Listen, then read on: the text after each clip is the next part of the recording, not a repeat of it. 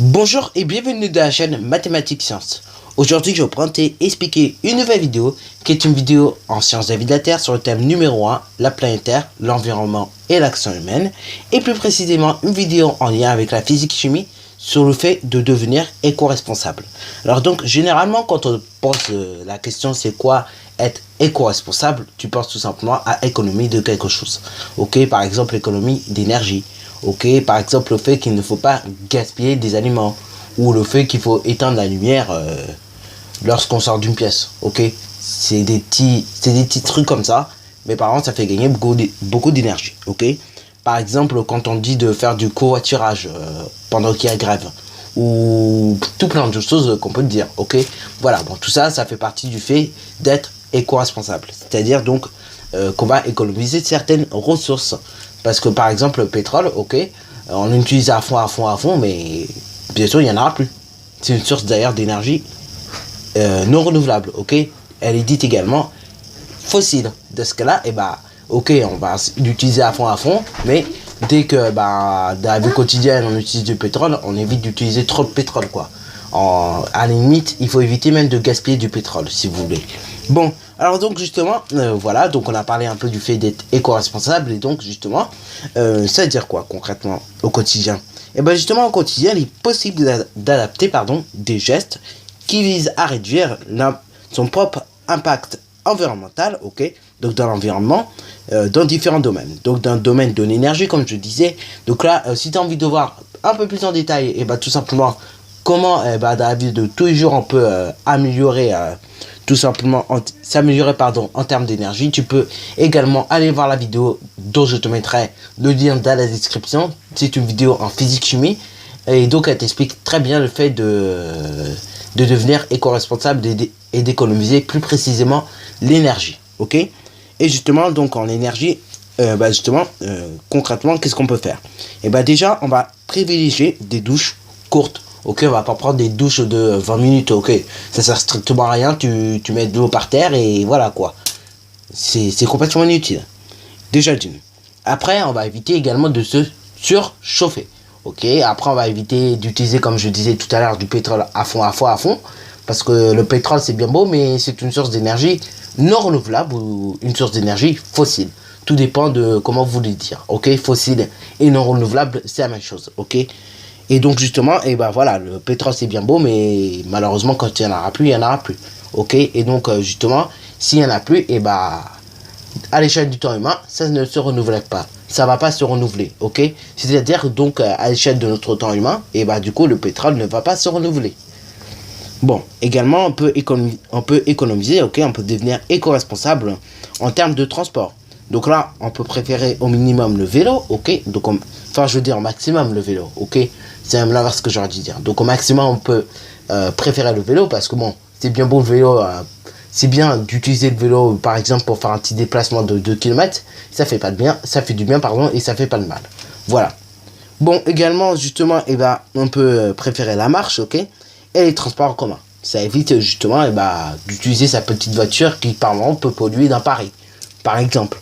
D'ailleurs, en parlant de voitures qui polluent dans Paris, pour ceux qui voudraient savoir, maintenant on a installé des nouveaux dispositifs avec les vignettes 1, 2, 3, 4, 5, 6 il me semble. Ok, donc les nouveaux dispositifs avec les vignettes, pardon.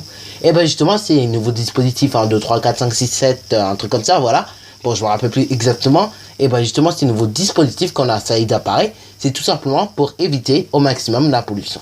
Ok, c'est bien pour ça que par exemple le jour où il y a trop de pollution, les voitures qui ont une vignette compris entre 4, 5 et 6, un truc comme ça, ne peuvent pas circuler dans Paris. Les voitures qui polluent trop ne circulent pas dans Paris. Et même quand tu entres dans Paris, dans certaines zones de Paris, maintenant il y a des policiers, ok, qui vérifient les voitures, ok. Et donc elles vérifient par moment les voitures qui sont polluantes. Et donc par moment tu prends une amende bêtement si tu te mets à circuler dans Paris avec une voiture polluante. Et puis les amendes, c'est chaud, hein. Ça peut aller de 35 à 135 euros, ok. Et même plus d'ailleurs. Ok, bon voilà. Et d'ailleurs en parlant de pollution, justement, la pollution c'est pas bon pour l'organisme, parce que déjà ça va faire tout plein de trucs énormes. Par exemple, ça va provoquer des maladies respiratoires comme l'asthme. Ok, donc voilà, bon, bien sûr, je voulais t'en parler parce que c'est très important justement de parler de tout cela. Ok, bon, je t'en parlerai plus précisément lorsqu'on fera le thème 3, le corps humain à la santé. Mais là, vaut mieux déjà en parler dès maintenant. Bon, alors on peut économiser également donc en devenant éco-responsable en termes d'alimentation. Donc par exemple, on peut dire sa consommation de viande, ce qui éviterait d'abattre des animaux qui n'ont rien fait. Ok, et on peut également préférer des aliments de saison. Et là, tu vas me dire, mais qu'est-ce qu'il me raconte? Déjà, il me raconte une science énorme, il me raconte toute cette science là, et en plus maintenant il va me dire il faut que j'achète des aliments de saison. Bon alors là je vais t'expliquer justement pourquoi. Et d'ailleurs ça a tout son sens. Hein. Quand tu achètes un aliment qui n'est pas de saison, du coup il vient d'un autre pays, ok. Et du coup, on le cueille dans un autre pays, voilà, magnifique, magnifique. C'est le soleil et peut-être nous ça flotte. Bon voilà, donc tu cueilles une belle tomate d'un autre pays, ok. Après la tomate qui est de l'autre pays, il faut la mettre dans un colis qui va aller dans un avion. Ensuite, donc déjà rien que pour prendre la tomate qu'on a cueillie pour la mettre jusqu'à l'avion, on a déjà consommé beaucoup d'énergie, qui d'ailleurs n'aura pas dû être consommée autant. Après, une fois que c'est dans l'avion, et l'avion va décoller, il va s'amuser, ouais, on va emporter ça jusqu'en France. On va emporter ça jusqu'en France, ok. Donc on va aller jusqu'en France avec ça. Après, une fois que c'est en France, c'est pas fini de trajet, ok. Donc ça va dans l'un des aéroports principaux. Donc en tout cas en région parisienne, c'est soit l'aéroport d'Orly, soit l'aéroport de Roissy Charles de Gaulle, ok. Bon, normalement je crois que c'est plus l'aéroport d'Orly. Et d'ailleurs je vais t'expliquer pourquoi. D'ailleurs ce serait plus l'aéroport d'Orly. Une fois que donc c'est à l'aéroport d'Orly, après il faut transporter tout ça jusqu'à Rungis. Donc c'est pour ça que c'est plus préférable que ce soit à l'aéroport d'Orly, logiquement, parce que Rungis c'est plus près de l'aéroport d'Orly. Et donc justement, et ben voilà. On va transporter tous nos fruits et légumes à Rungis, voilà. Donc déjà on a consommé beaucoup d'énergie, tout ça, qui n'aurait pas dû être consommé autant. Donc on va transporter ça jusqu'à Rungis et après, chaque consommateur et compagnie va venir à Rungis, tout simplement pour venir prendre les fruits et les légumes et les mettre dans un supermarché. Ok, et donc tout ça, pour te dire, on a consommé beaucoup d'énergie, tout ça pour juste apporter quelques tomates. Ok, par exemple. Ok, bon, j'ai pris l'exemple des tomates, maintenant on peut prendre l'exemple des salades qui ne sont pas de saison par moment. Ok, donc voilà pourquoi il faut acheter des légumes et des fruits de saison. Parce que du coup, ça limite les déplacements et ça limite le CO2. Ok, ça limite la pollution.